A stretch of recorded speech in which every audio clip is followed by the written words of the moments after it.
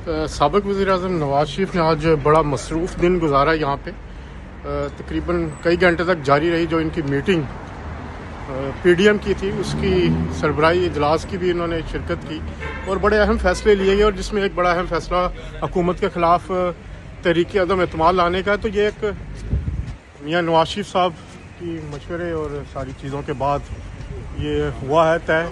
और अब देखते हैं कि ये तारीख क्या होती है, लेकिन असूली तौर पर फैसला हो गया है कि मुझ तरीके से एतमाद लायक जो यहाँ पे लंदन जो है, लंदन से नवाज़ शरीफ मुसलसल जो है ये तरीके से एतमाद के वाले से और दीगर मामलात के वाले से इस वक्त चीज़ों को कर रहे हैं, लीड कर रहे हैं।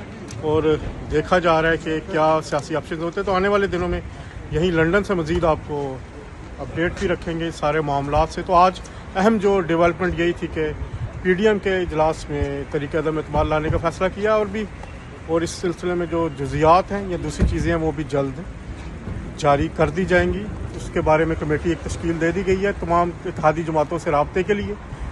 जो तमाम इजलास जो आज के फ़ैसले हैं उन पर अमल दरामद कराएगी। तो बड़ा इम्पॉर्टेंट दिन था आज साबिक़ वज़ीर-ए-आज़म नवाज़ शरीफ ने यहाँ पर जो गुजारा और पीडीएम की इजलास की जो सदारत की।